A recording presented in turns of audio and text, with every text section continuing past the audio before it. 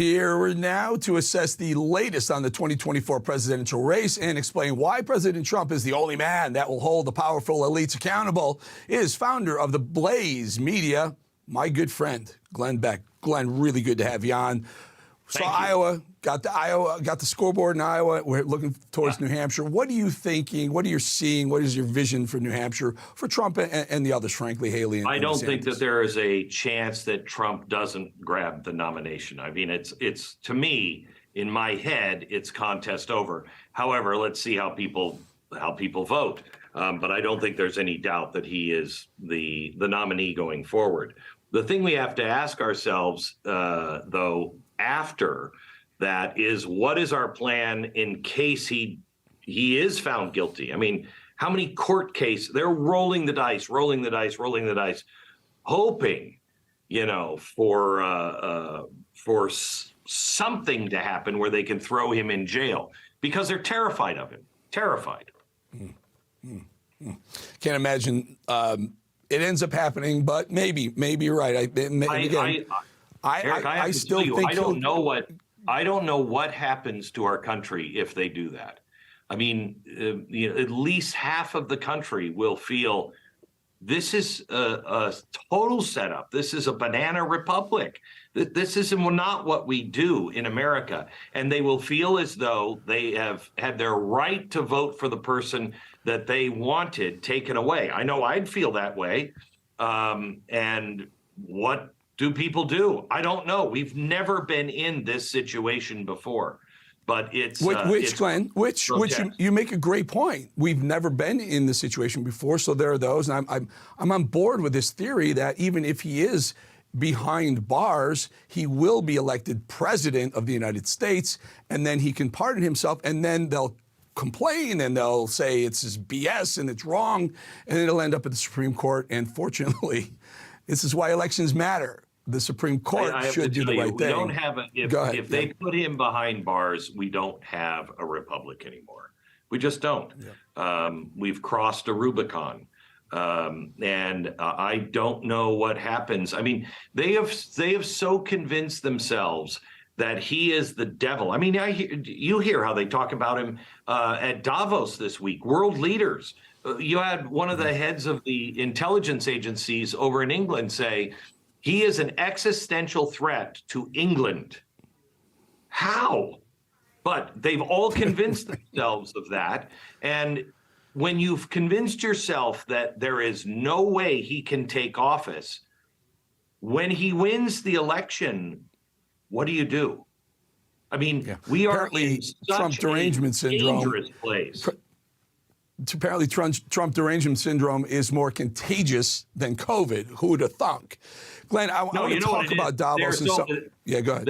Here's what it is. They are terrified of him because they know he will not continue down the road of a new global world order. He will put America first. He will make sure that America is strong and get us out of all of the crap that we've been doing that is destroying our nation. That's what they're really afraid of. So, and that brings up the next idea, this idea that Nikki Haley thinks it's down to a two-person race. She came in third in Iowa, but somehow she thinks it's between her and Trump right now. But she's getting support from Democrats, but she does things like this. Take a listen. I should have said slavery right off the bat. But if you grow up in South Carolina, literally in second and third grade, you learn about slavery. You grow up and you have, I had black friends growing up. I now officially work for you. Every person on social media should be verified by their name. Let's keep in mind, these people that are wanting to come here, they want to come for a better life too. We don't need to be disrespectful. We don't need to talk about them as criminals. They're not. Iowa starts it. You change personalities, you go into New Hampshire, and they continue it on. And by the time it gets to South Carolina, it gets bigger going into Super Tuesday. There's something very cool about the process. Now, she barely got 20%, but somehow she thinks the guy with 51%, she's got a shot. What are your thoughts on Nikki Haley? So, look, I think anybody who thinks they can win against Donald Trump is delusional. He's going to win, and he's going to win in New Hampshire, and he's going to win big in South Carolina. When you say I'm in second, I'm in third, I have no problem with somebody looking at that and saying, we have to have some delegates, we have to have something in case these radicals put this guy in jail and the whole thing falls apart on us. But to be campaigning like you're going to win, especially when you have Democratic donors openly giving to you to stop Donald Trump, I mean, it's just not going to happen. It's just not going to happen. And I like Haley, Nikki. I think she's made a lot of, strange calls that I didn't expect from a Tea Party person. But, Trump's going to win. Do you think she's still? You think she's still Tea Party, Glenn? I mean, she may have been, or she may be sometimes. No, she may have been. These ideas of the border, and they're not criminals when they come over, when they are in fact criminals, and there's never been a war she wouldn't love to support. I just can't get on that. If it's not Trump, you say they throw him in jail. I hope it's DeSantis. Yeah, me too. But I can't get on board with what she's talking about. It doesn't sound like a Tea Party person.